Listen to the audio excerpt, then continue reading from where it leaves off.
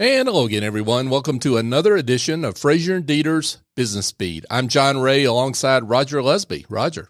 Good morning, John. How are you? I'm great. We're winding down the year here. We are. Merry Christmas to you. Merry Christmas. We'll look forward to a great 2022. We will.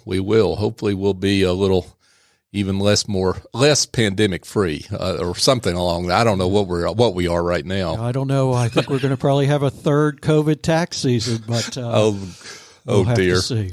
Oh dear. Well, we're going to plow on in any case here on Business Speed, folks. And we're welcoming today Jon Silverman. And Jon is an attorney with Wicker Smith, O'Hara, McCoy, and Ford. Yes, sir. That's right. Thanks for having me today. It's great to have you, Jon. There's probably a shorter name in there, right? Wicker Smith? Wicker Smith is fine. Awesome. Okay, terrific. Let's talk about you and how you're serving folks out there. Give everyone an introduction to you and your practice. Sure. Thanks. So we are a full-service civil litigation law firm. So I'm a litigation attorney, trial attorney. That's what I've been doing, trials for a little over a decade now. Civil defense mostly. So we represent individuals, businesses, healthcare systems, hospitals, anybody that has a claim brought against them or, a lawsuit brought against them. We come in and, we defend those individuals, companies, insurance companies, and that's what we do. So, John, do you think that there'll be any more litigation going forward with everything that we've got here? I think these guys are well positioned. I don't think they're going to go on hard times anytime soon. There's always seems to be litigation, right? Particularly against the kind of clients you serve, because Jon, we were talking before we came on the air, you're serving businesses, larger companies, obviously, and that are always at the risk of. And I guess they're the deep pockets that people always sue, right? Absolutely. The majority of our clients have, a lot of wealth, and, some of our clients don't have a lot of wealth, and our job is the same with all of them. Sure. We get in there and we defend them, and, not every case goes away. Our job is to make sure that our client's happy, even if it's a settlement, something like that. Is there any theme to the litigation you're seeing against businesses these days? I would imagine COVID is in there somewhere. Well, we haven't seen a lot of COVID lawsuits yet, or any for that matter. Mm-hmm. We notice the same types of lawsuits, automobile negligence, car crashes, medical malpractice, construction defect, slip and fall, trip and fall. They're all the same, Mm-hmm. And we keep getting them in regardless of whether the courts have been shut down for, many months, regardless of whether people are at home. People are still out there alleging that they're getting, injured. And of course, they're always suing. And then, John, your firm is now in 4 states, but you guys have just recently opened up your office here in Atlanta. Yep. So our law firm has been around since 1952. It's primarily a Florida civil litigation law firm. It's one of the biggest and most respected civil defense firms in Florida. And we opened up here in Atlanta back in June of 2021 to try and establish much of the same. We want to build the same reputation here that we have in Florida, and the same thing in Nashville, the same thing out in Phoenix. And then plus, as a growing firm, some of your larger clients naturally have cases in other states, so it behooves you and the firm to have those offices in other states. Absolutely. Like, I said, we represent a lot of companies. A lot of them are Fortune 500 companies. They're listed on our website. Like I said, large healthcare systems, large supermarket chains, businesses, individuals. And they get sued nationally, and that's where we come in.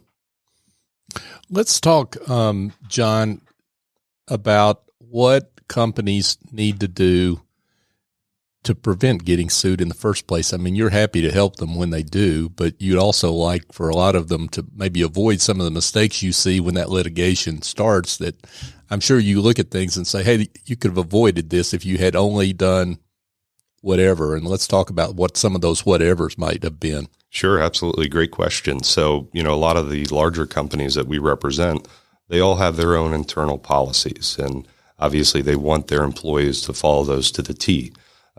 Most of the time they do.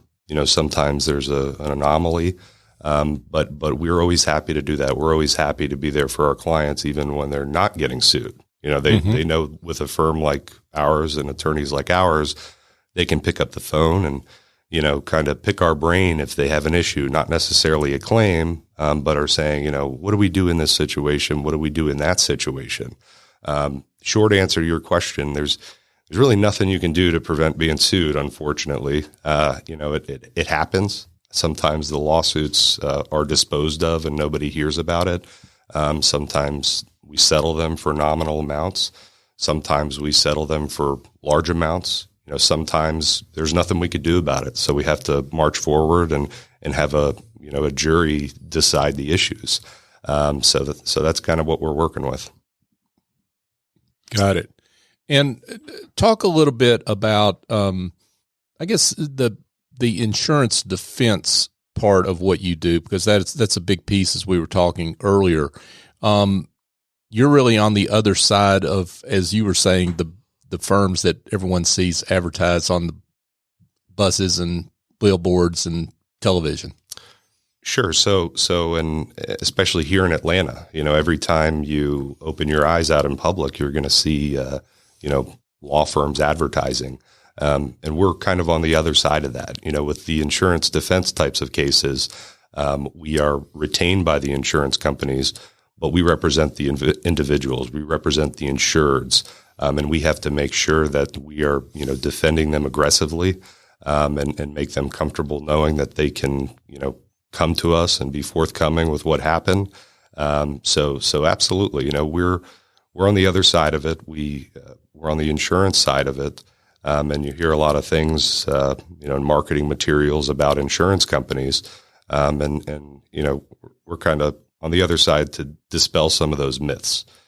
Because like I said, not every case gets disposed of. Our job is to make sure that, whatever resolution, whatever settlement that our client's happy with. Sometimes that means it settles. Sometimes that means it settles for, a large amount. And sometimes we just have to have a jury decide it. John, talk about some of the changes that you had or that you saw last year, things that you had never done before in your career, like depositions by Zoom instead of in person, and some of the other things that you had to deal with because of COVID and the pandemic.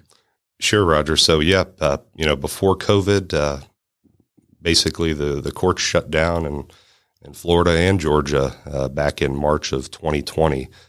My last trial was in January of 2020. And that was probably around the last time I was even physically in a courtroom. Before COVID, I would be in a courtroom once a week. I would have live depositions weekly.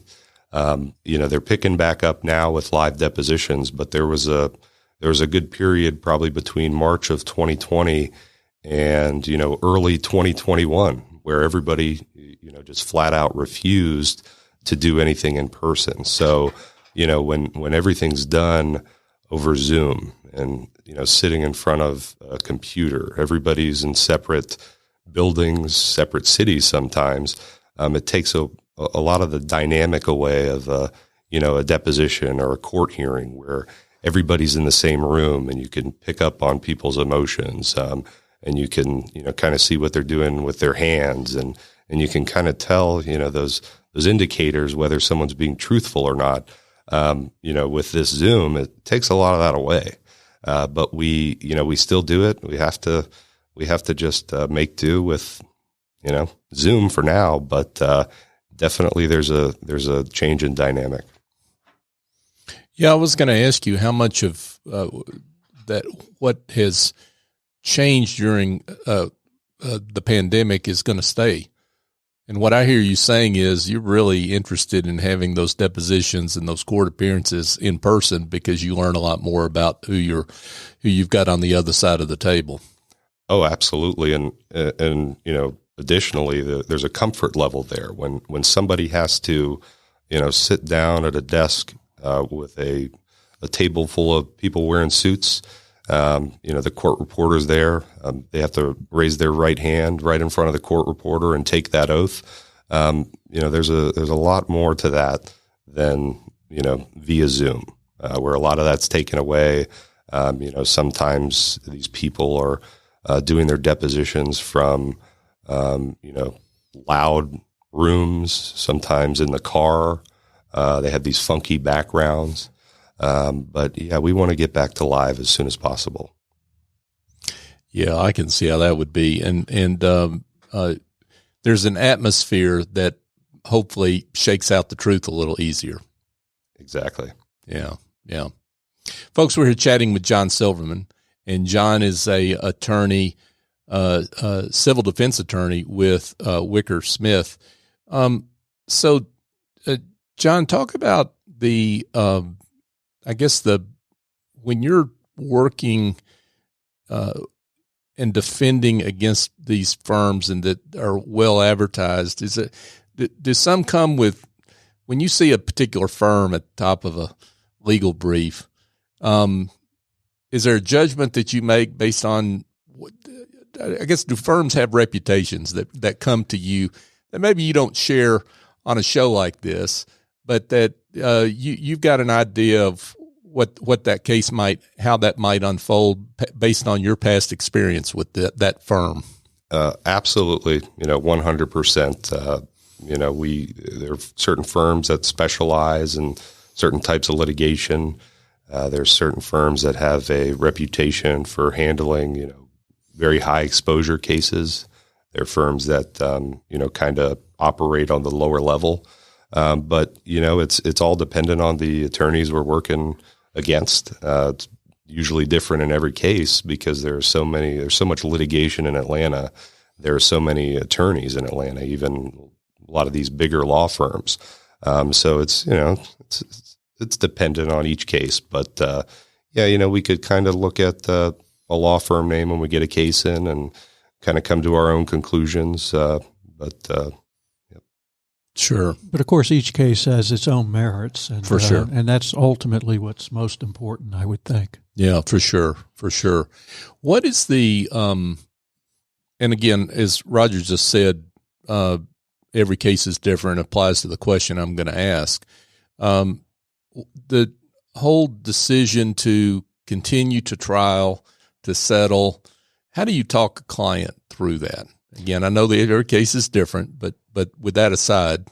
Sure. So it really is our job to really get in there, roll up our sleeves, take a look at all the evidence. If there's something we don't have, we get it.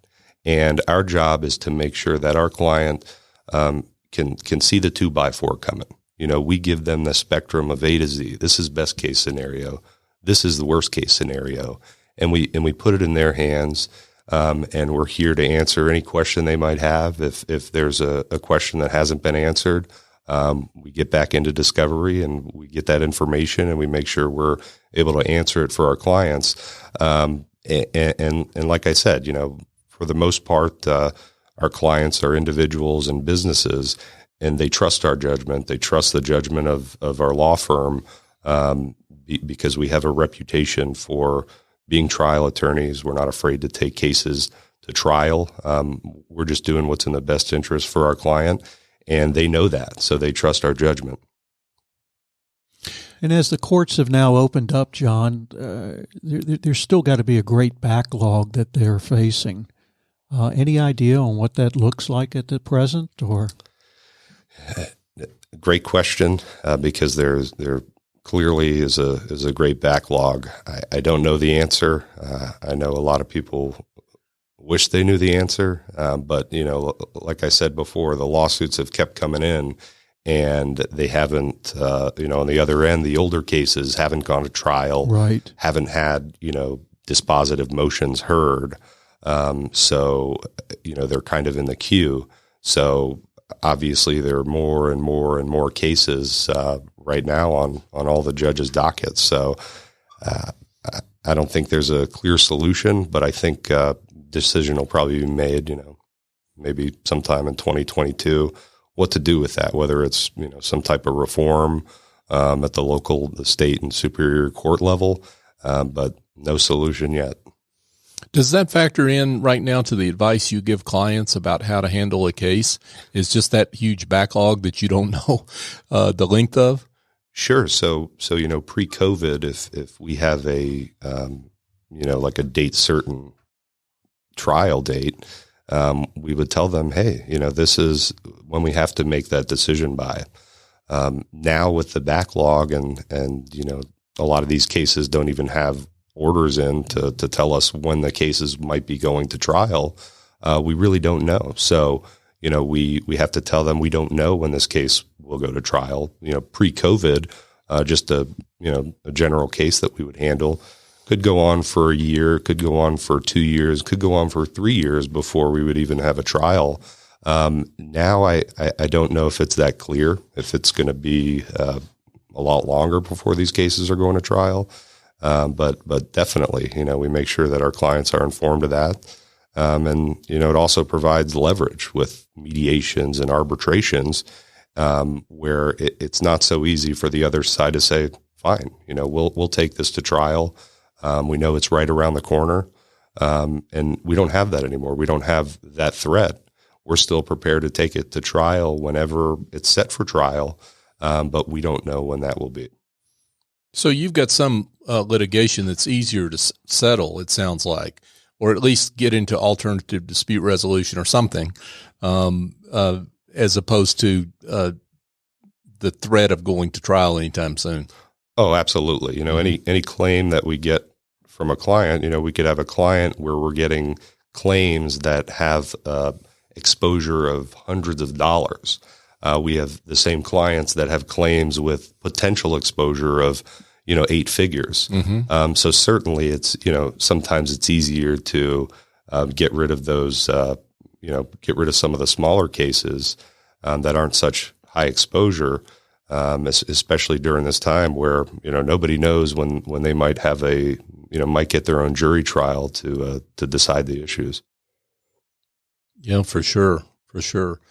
So, let's switch gears here, John, and talk a little bit about you. I mean, lots of different avenues you could have gone down once you decided to enter the legal profession. What attracted you to civil litigation? You must be a fighter. Well, I've always wanted to be a trial attorney. Mm-hmm. Seeing it on TV, I don't want to go as far to say as I like to argue, because I don't love to argue. Mm-hmm.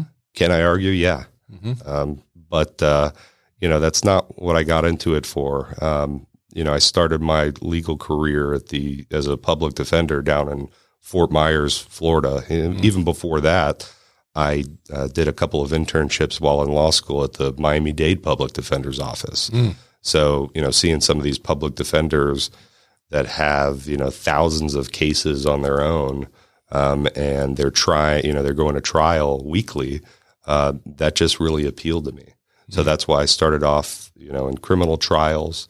And then I switched to a specialty where I could continue to, take cases to trial, just switching over from, criminal to civil. Sure. And it was, it was pretty easy because the rules of evidence are basically the same. There's some differences between criminal and civil, but they're not huge. So if you know how to try a case, you can try a criminal one, you can try a civil one.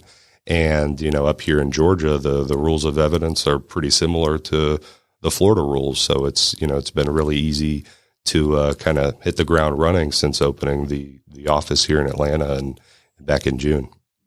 And then your managing partner moved from Orlando here to help open this office here in Atlanta, and he's already had a number of successful cases. So talk a little bit about Joe. Sure. So my managing partner, his name's Joe Manello. He's a longtime staple in Wicker Smith. He was operating out of the Orlando office for many, many years, and he was kind of tapped to open this office because everybody knows what he's capable of. Seasoned trial attorney, And since moving up here, he couldn't just abandon his Florida cases because, he's got his hands in them. Mm-hmm. So he's had to go back already a few times back to Florida to actually try some of these cases in front of juries, 2 so far, defense verdicts. So, we're happy to pick that up in Atlanta, and, we're handling cases throughout the state of Georgia now. Right. And a person like you're admitted to both Georgia and Florida. Yep. And both Joe and myself are, so we can still handle cases in Florida and, Georgia. The bulk of Wicker Smith's attorneys are in Florida, and we have some of the best trial attorneys in the state of Florida, probably the nation. So, we're happy when we get cases in, if they're in Florida, we have offices throughout the state of Florida who we can, who everybody's comfortable, just sending the case to them and having them handle them locally. But if you had a client that had a case in a jurisdiction that Wicker Smith was not there, then you'd have to refer that case off to an affiliate firm? Not in the state of Florida or Georgia. No, obviously not those states. But an outside, a state that we're not in. Right now we're in Florida, Georgia, Arizona, and Tennessee. But we're part of a network called U.S. Law, and the U.S. Law Network. We were one of the founding members, and basically it's an affiliation of highly rated individual law firms. So if there's a state that Wicker Smith is not in, and we don't have an attorney who's admitted in that state, then usually we look to that U.S. Law Network to be able to recommend to our client a law firm that we know will be more than capable of handling those cases. John, I am curious. There's a big rivalry between Georgia and Florida. I'm curious about what that rivalry looks like. I use that in quotes. On the civil litigation front, I mean, which states do you find that the courts are more business friendly and see it the way of your clients, the cases that they bring, or is it about the same? Sure. So it's less of the state, and it's probably more of the local county. Okay. We do handle federal cases, but for the most part, our cases are at the state level. So when a lawsuit's filed in the state court or the superior court of a specific county, we can kind of look at that county. We could look at the demographics.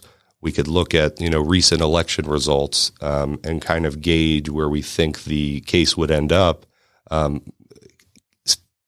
Fact specific for every case. We could say, okay, these are the facts. This is what we think would come out into evidence. This is what we believe would be excluded from evidence. And then we could look at those demographics and kind of estimate how we think that case would come back in that particular county.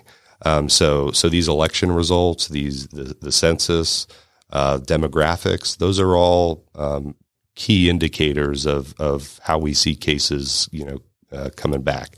The other thing we're able to do is look at these jury verdict reporters. So, if we go and for the cases that I've tried and our defense verdicts, they're entered in a database, and all the facts are put in there, all the names of the experts and the witnesses, they're all stated as well as the result of the trial.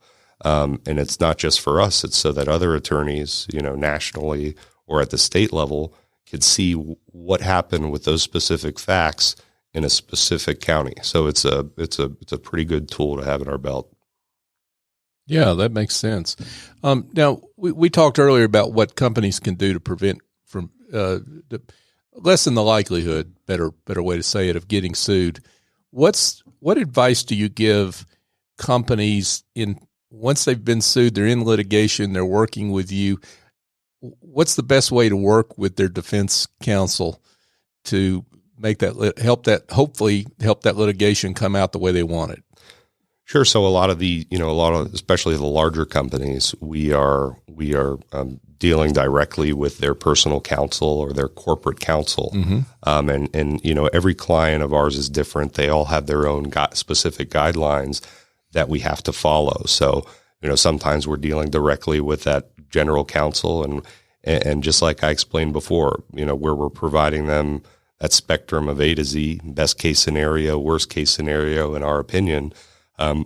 Sometimes we're just giving it directly to those lawyers who they trust our law firm, they trust our reputation to kind of know where the case would end up on that local level, because sometimes these corporate counsel, they are sometimes out of state, sometimes they're across the country. So they really do defer to us as, local counsel to really tell them what's going to happen in this specific venue. A lot of great advice here from Jon Silverman. He is with Wicker Smith, civil litigator at Wicker Smith. So, John, this has been great, and I can't imagine that we don't have some folks that are, having heard this, need some help, need some defense work, and might want to be in touch with you. So let's give them directions on how they can do that. Sure. Thanks for having me again, John. And so I can, our website's very simple. It's www.wickersmith.com. It's very easy to navigate. You can see us right here in the Atlanta office. Our office is right across from the Lenox Mall in North Buckhead. Happy to speak with anybody that needs our help. There's no case that's too small, no case obviously that's too large, and we're just happy to help and build this firm in the Atlanta area. Well, John, we think Atlanta's a great city, tons of business, and I'm sure that you and Joe and all the other associates there at your office will continue to grow that. So best of luck to you for a great 2022.